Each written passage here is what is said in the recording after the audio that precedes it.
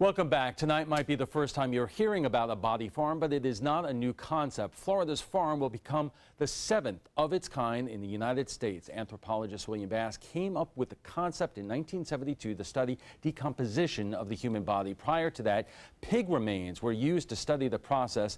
Florida joins Texas, Tennessee, North Carolina, Illinois, and Colorado in setting up one of these facilities. Forensics experts say having one in our state is important to study the impact of a tropical climate on decomposition.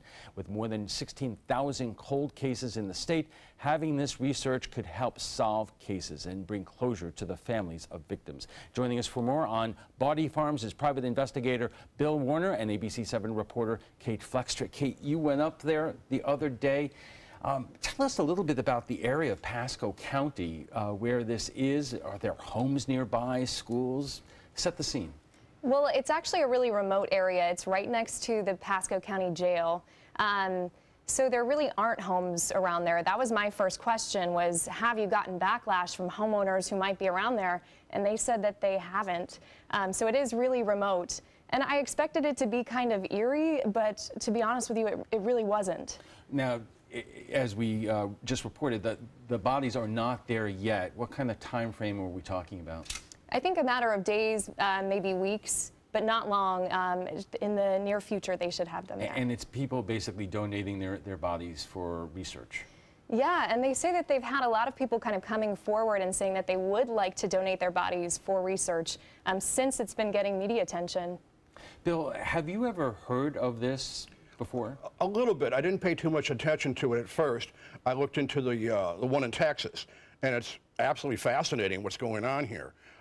If you can establish a timeline when somebody was murdered and the body was dumped somewhere, that helps law enforcement immensely. You have an idea like when and where, you're into the program. Now, you have been involved with cold cases Yes. for many years. Has the research been out there before? Has there been a need to get the research better? And it's important to take into account that the climate in Florida is different than the climate in Illinois, and therefore a study done in Illinois doesn't necessarily tell you the facts on the ground here in Florida. Oh, absolutely. Cold versus hot. It's been in play for a few years, okay? This is really extensive what they're doing now to really gauge the humidity and heat of Florida and what happens to a body above ground and below ground. So this is fascinating. Well, let's dig deep into this a little bit. Let's say you are investigating a body discovered wherever that Correct. was buried below the surface. What do you need, aside from the cause of death, that the body itself will tell you about when the person died? From what I understand, they can do a lot actually from the bones of the body. After they get through this decomposition program and you have just the bones left, they can tell a lot about the person, the age, so forth, possibly where they even lived because of the minerals in the bones. It's unbelievable what they can do. And Kate, who is going to be, who runs this facility, and who is there to basically be experts on the scene who will be in residence there? Well, it's a combination of USF as well as the University of South Florida, as well as the Sheriff's Office. They're working in tandem at the site. And you know, one of the things that he touched upon that I think is really important is that it's really complicated to prove that someone was responsible in these cases. And she talked about it in the story, that CSI effect. We've all seen those crime shows, and we know that people think it's easy to solve these situations, but in reality, she says it's quite complicated. And how is this funded? This is actually donated land from the county, but they are looking for money from the state legislature that they've set aside to expand and build a morgue, research facilities. And are they getting any cooperation, let's say, from either other states or the federal government? Because this is research, obviously, that would be valuable in multiple jurisdictions. Not that I'm aware of as of right now. Right. Okay. We are just getting started in this conversation. We will pick it up right after we check the weather. Welcome back. If you're just joining us, we are discussing body farms. They're research centers used to study the decomposition of human remains, and Florida is opening its first facility this year. Our guest tonight, our private investigator Bill Warner and ABC 7 reporter Kate Flexter, who was there. And Kate, we were just talking about it's donated land. There are funds that have been set aside by the state legislature, but it's not a sure thing about whether the governor is going to veto that section of the budget or not. Right. As far as I understand, the governor could still veto the budget. And in that case, the money that was set aside by the state legislature for expanding this research facility would not be there for them. But obviously, we will know where the bodies are buried. That's just a little pun there. Yeah. Bill, could you cite cases that you've dealt with where it has been crucial to determine when this person died who has been, buried or murdered in that fashion? Right. I had a case in Tennessee where the woman was kidnapped and the body was found 45 days later above ground. They didn't bury it, just dumped the body. And it became crucial, first of all, to determine what was the cause of death, and then what happened, a timeline. They had a real problem at this particular case of getting a timeline of when she was actually killed. Was she killed the day she was kidnapped, or was it a week later or 2 weeks later? So very important to get that information. And this program, the Body Farm, we're going to provide stuff like that. This is kind of macabre, Kate, but so how does this work in terms of, are these experiments going to take place in different ways, burying somebody deep into the ground, closer to the surface, above the surface?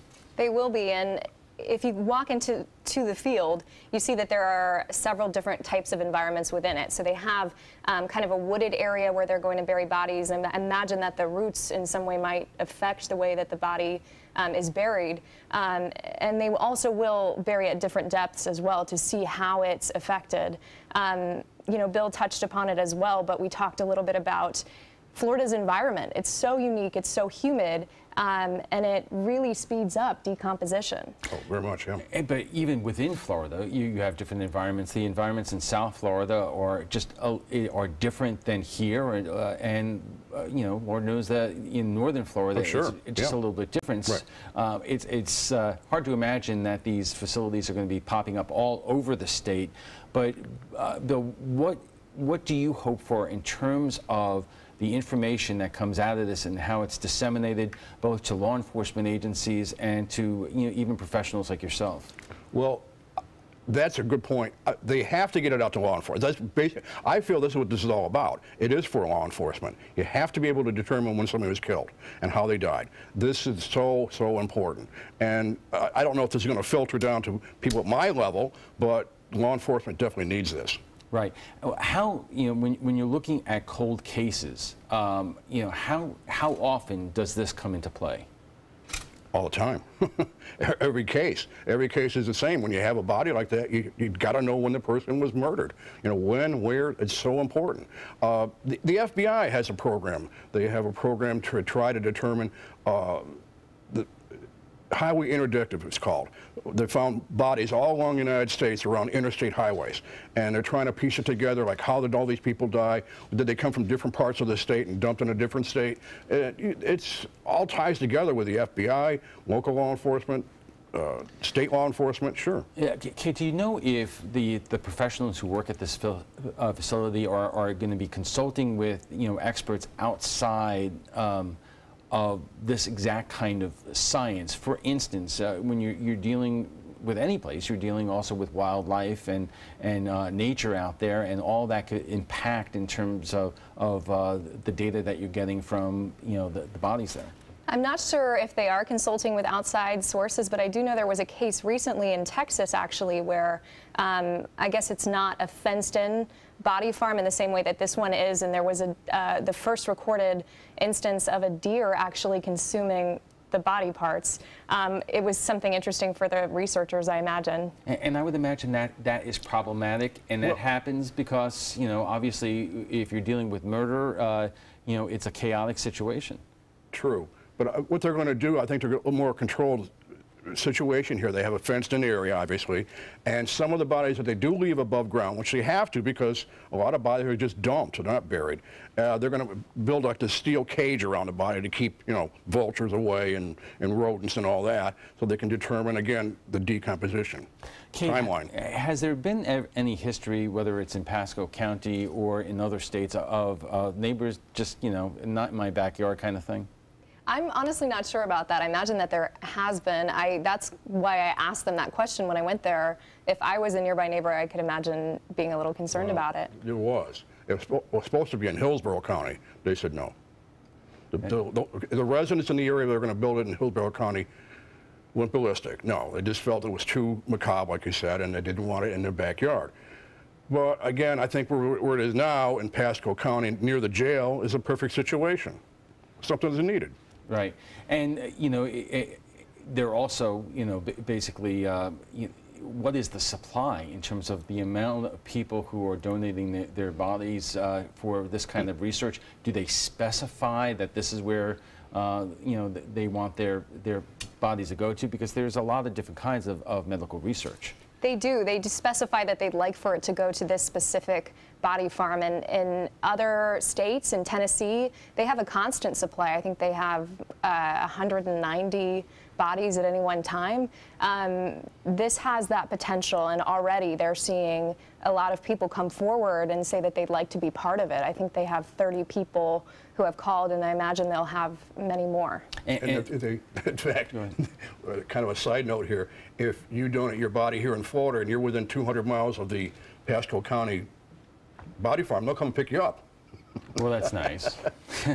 And just one other question. Has any permitting been required for this? You know, do they have to go through any kind of hoops for that, or they are good to go? They're good to go because this is county land. The county donated this land to them for this project. They're on board with it, as far as I understand.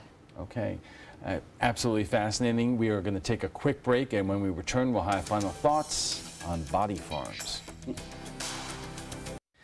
It may seem macabre, but the research garnered from body farms could help solve thousands of homicide cases. What should we keep in mind when we think about Florida's facility? Our guests join us right now for final thoughts. Kate, you were the one who was there. What was your takeaway? My takeaway was that I expected it to be scary and a little daunting, but actually it has potential to help solve thousands of cases, cold cases in Florida. So I think that is something to keep in mind. In this particular case, was this highly, you know, we talked that Hillsborough certainly didn't want it, but it went in Pasco. Are neighbors aware of what's going in?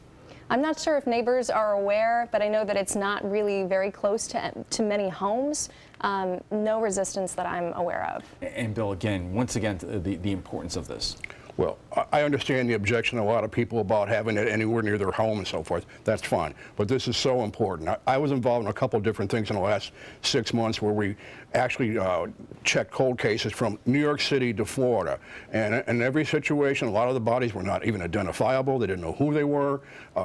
They're into Potter's Field and just dumped. It's so important to have this information. Timeline is the key. All right. Well, thank you both very much for joining us. Bill Warner is a private investigator here in Sarasota, and Kate Flexter is a reporter for ABC 7 News.